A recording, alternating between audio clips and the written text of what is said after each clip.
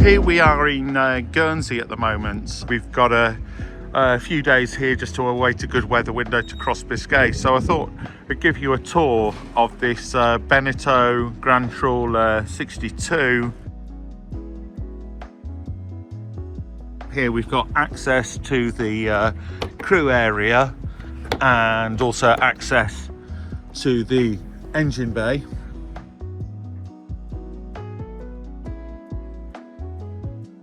Got a washing machine here, some decent storage behind us here in these cupboards. We've got a head in here just with a toilet and a sink.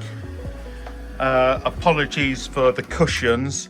We have quite a few of those around. They're all the external cushions, and we're just stowing them inside just to make sure that they all stay nice and spick and span for the new owners. And then here we've got a separate shower, as you can see, full of cushions again, but it's nice to be able to not have the one wet room, because if you've got two crew and one of them's in the head and it's a combined shower, then obviously if you're on chartered, you're just not utilising your time so well. So that's quite a nice feature, and it also means you don't have to necessarily chamois down the toilet when you're in a rush to get breakfast ready. And then we've got a cabin here for two crew. Again, it's absolutely full of cushions, so it's a bit difficult to get a decent perspective, but essentially we've got a berth here, and then down behind me under these chairs there is another berth running then sort of just under this bed here. So walking into the engine room, we've got two MAN diesels a piece. I think they're about, off the top of my head, about 750 horses a piece. Obviously decent size exhaust. We've got sea chests that are above the waterline, which is nice so that you don't necessarily have to worry about closing your seacocks down here to clean to empty those filters. All over on this starboard side we've got chargers and inverters. There's a FLIR camera there just with that white light on, so forward looking infrared camera, which is a lovely feature.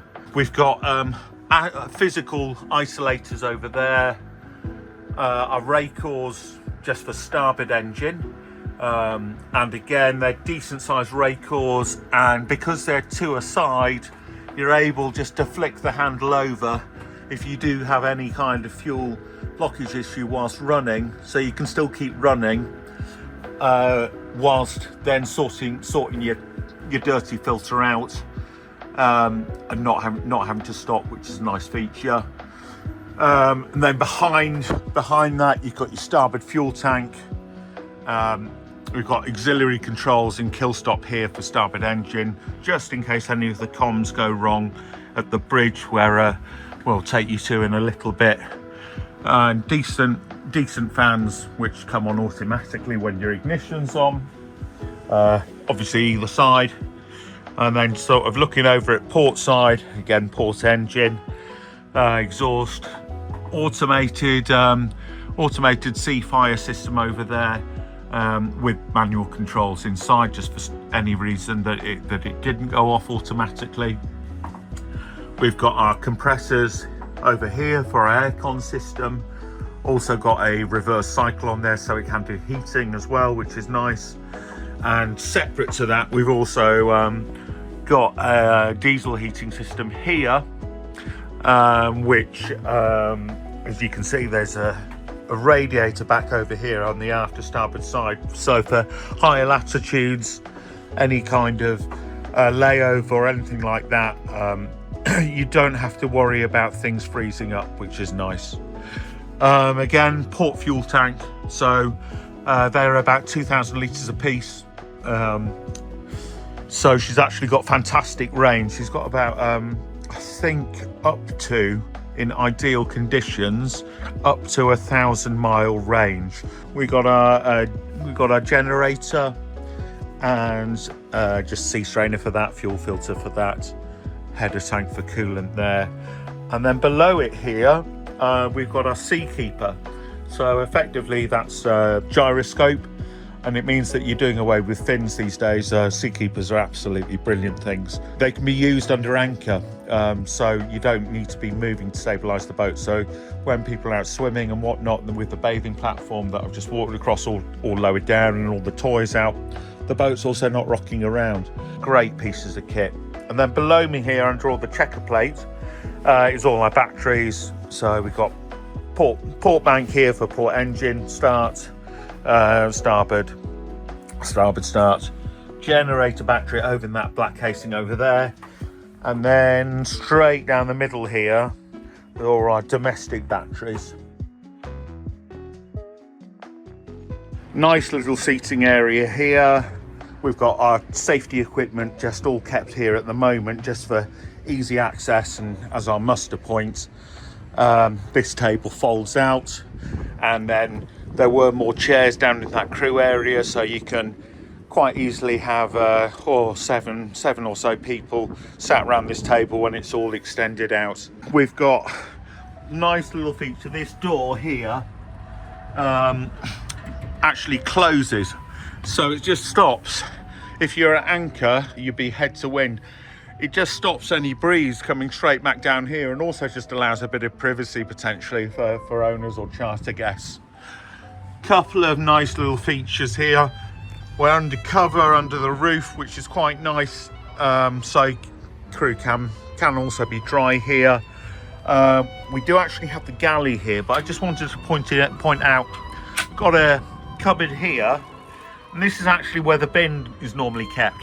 And it just means that the bin can be emptied without having to be taken through the saloon, without any potential binges leaking anywhere, and also just for a level of discretion and just a level of service that means that guests don't and owners don't have to see that mess. Door going through into the galley, and then walking further forward up towards the bow, you can see decent oversized, over-engineered cleats, stepping up a few steps to decent lockers here. And we have these are actually sun decks again, but we've removed all of these covers just to make sure everything stays spick and span, especially crossing Biscay. Down over here again, two sets of decent sized cleats, solid anchor. Anchor control is down here, as you can see, just on that little remote with a winch handle there, just so you can drop it manually, drop it free, with a ladder down as well, so you can actually see into that anchor space. And then on the other side is the anchor locker itself.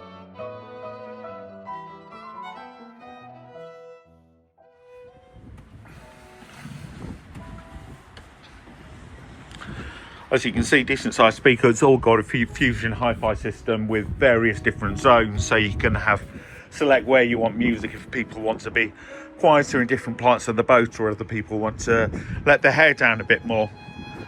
Nice big space here, which is where you'd normally have your tender, and then as an option you'd have a crane here to lift your tender into the water.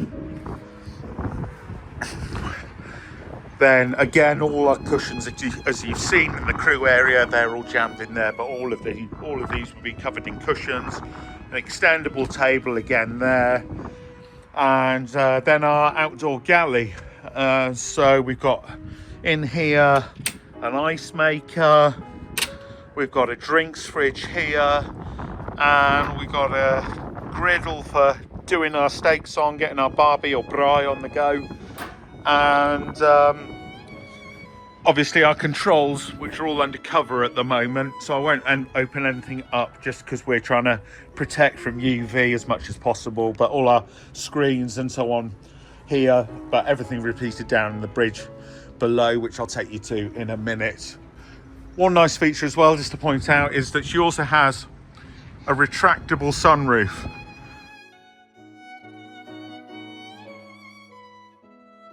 So just looking back at the saloon here, you've got loads of space really for entertaining. More of a lounging space here.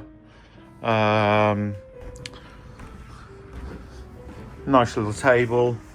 A gift there from Nova for the new owners. And of course, a necessity on every boat.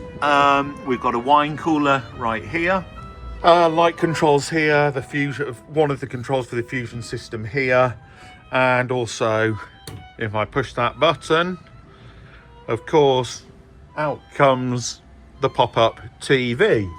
She does actually have Starlink installed, although the subscription's not active at the moment. So with an active subscription, you can get anything you want through streaming, basically, at really decent speed, which is fantastic.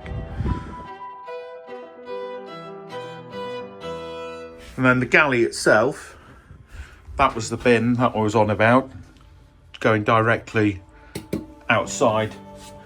We've got an induction hob and a microwave combi oven just there.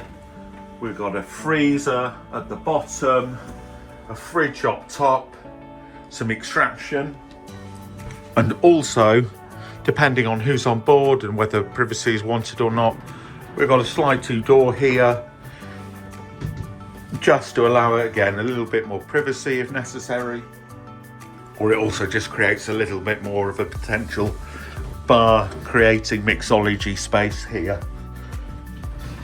I'm going to come back to the bridge space last to talk about screens and controls a little bit more, but again, you've got another seating area here. You got two decent chairs with a bolster function, which is nice just to raise you up a little bit more. But I'll take you downstairs and we can go and show you where the magic happens in all the guest accommodation. In here we have a generous double.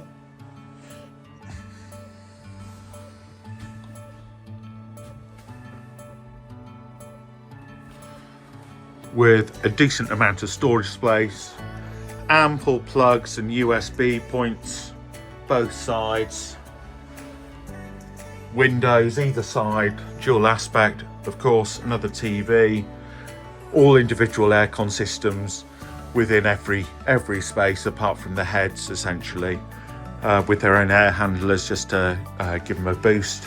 A head here, so shower, toilet and sink. All the toilets on board are Tecma, which as far as I'm concerned is the gold standard in a marine toilet. Here we've got a head that, well, it's the day head essentially, really, but it also combines up as a bit of a Jack and Jill to the twin cabin next door. So again, toilet, shower, and a decent sized sink over there. That's the door that I mentioned that goes straight through into the twin. And the twin itself,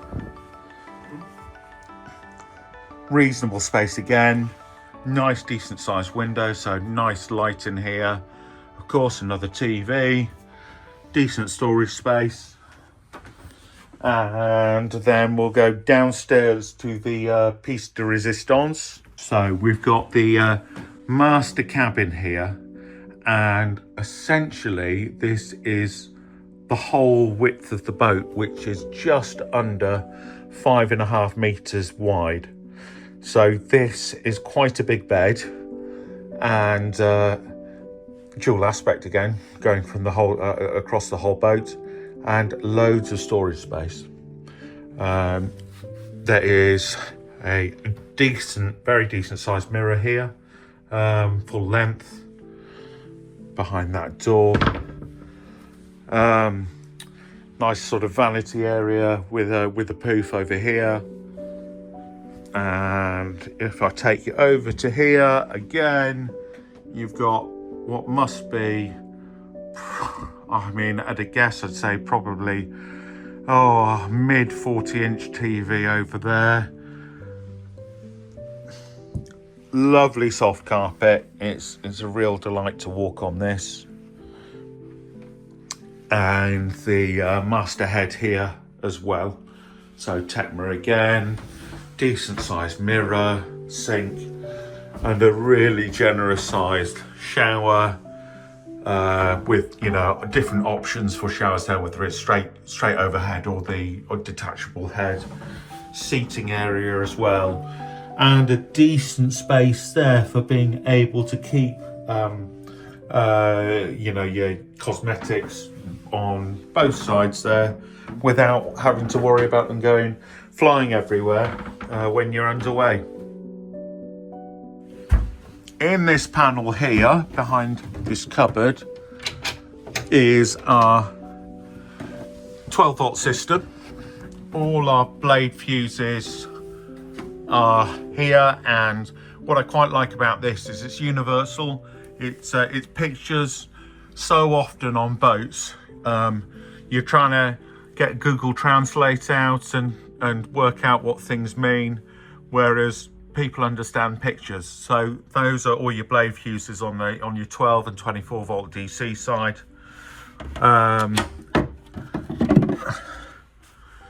And then more down below, electrical stuff just here. And then right at the bottom, we've got the 240 side. So all our RCD trips down here.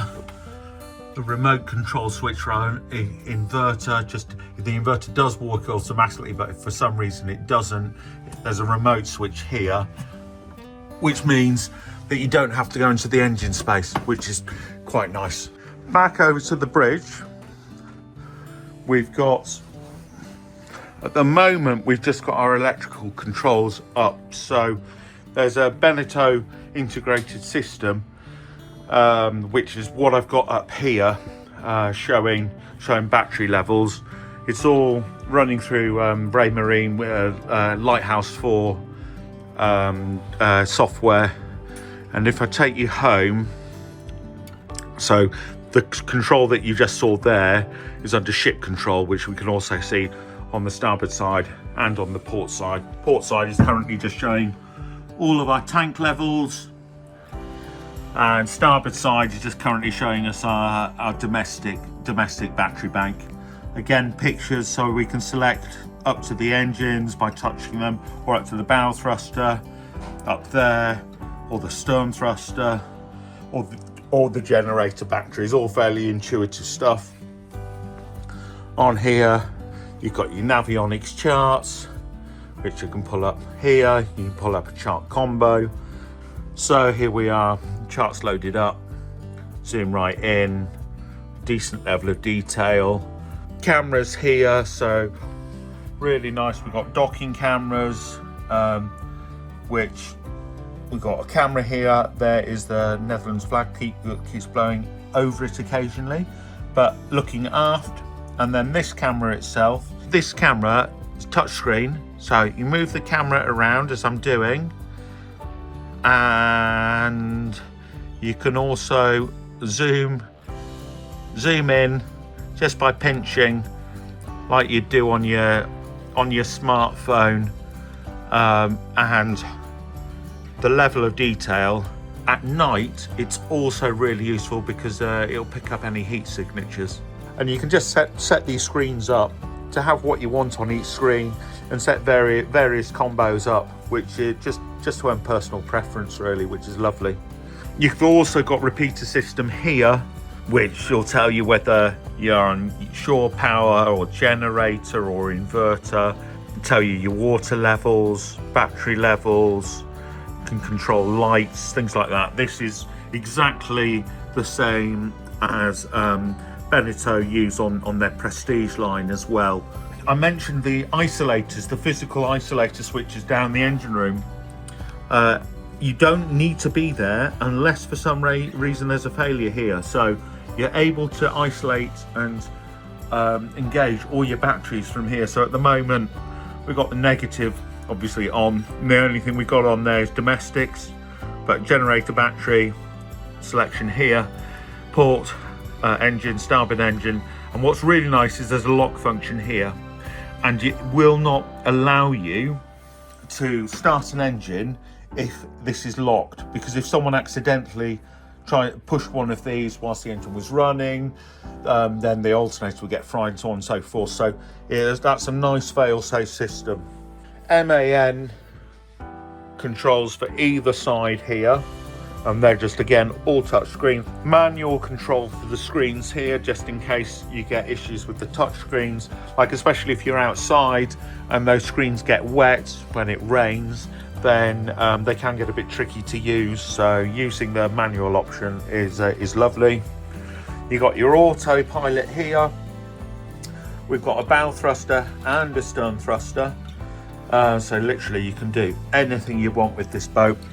And then a load of 24 volt switches, 12 volt switches here. So we've got, this is for powers all our screens and nav system, water pump, underwater lights, sea keeper, so on and so forth.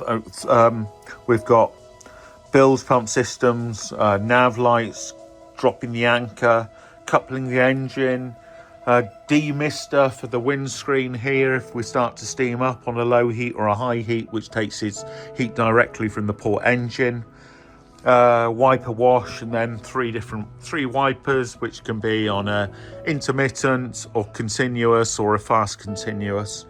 So covers all your bases there. Autopilot, I think I already mentioned.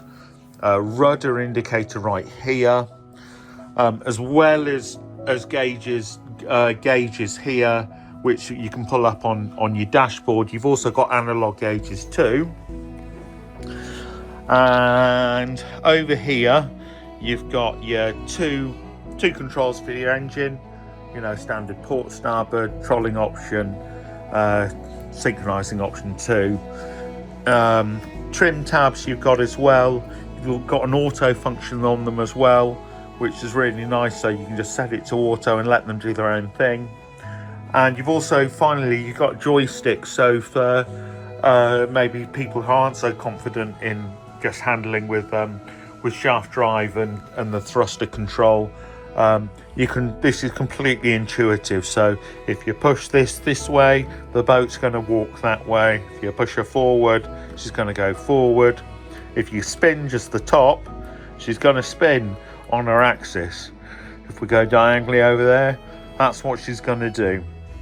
Really nice function about this as well is that you can hold station and heading as well, and she'll just take a GPS plot and just keep herself within a 2-meter radius of where that's been set.